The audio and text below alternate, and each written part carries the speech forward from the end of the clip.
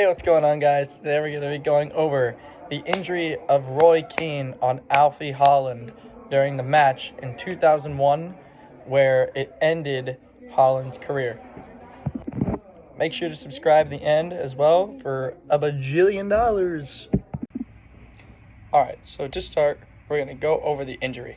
So as you can see, it is a completely unpremeditated tackle, studs up by Roy Keane as Holland starts to dribble the ball.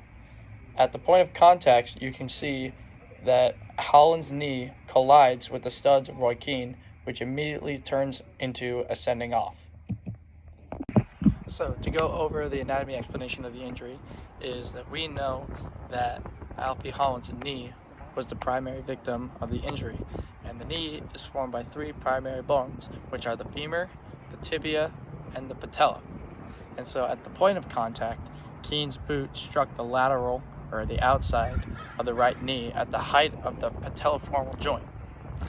And direct impact on this region can mainly cause bone bruising, fractures, while the force is transferred to the tibial plateau, risk crushing the articular cartilage that allows mainly smooth movement.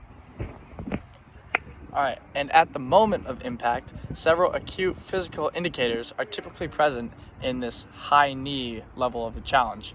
So localized pain and tenderness, so you mainly see sharp, severe pain at the point of contact, mainly around the joint line, and visible impact trauma, so mainly like studs up tackles will also often lead to lacerations or puncture wounds.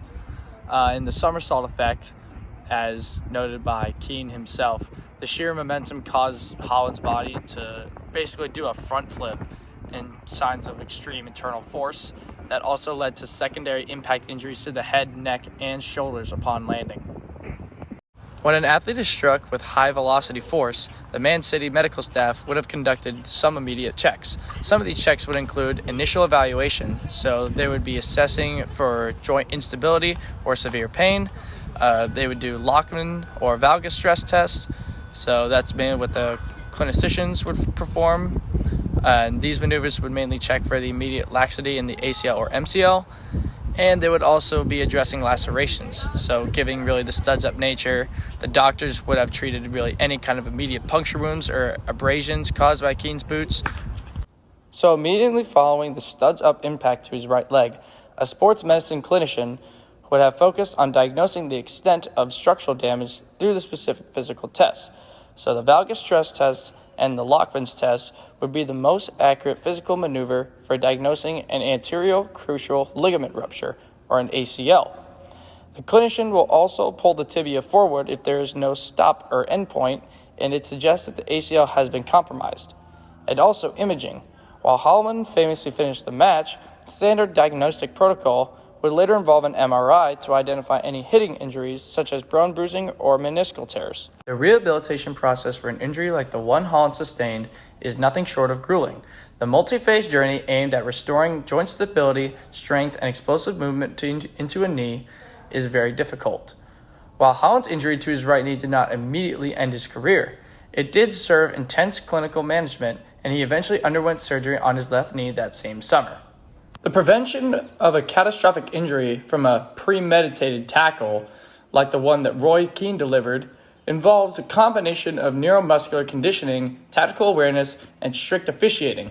While no training can really completely neutralize a deliberate high-velocity studs-up impact, athletes do use several strategies to minimize joint failure. In the end, Holland did not immediately leave the pitch after the foul. He actually finished the remaining minutes of that Manchester Derby match. And he returned to play competitive football just 4 days later, featuring for 45 minutes of a game in international friendly between Norway and Cameroon. A little after a week later, he played his next match for Manchester City, completing 68 minutes of that next fixture.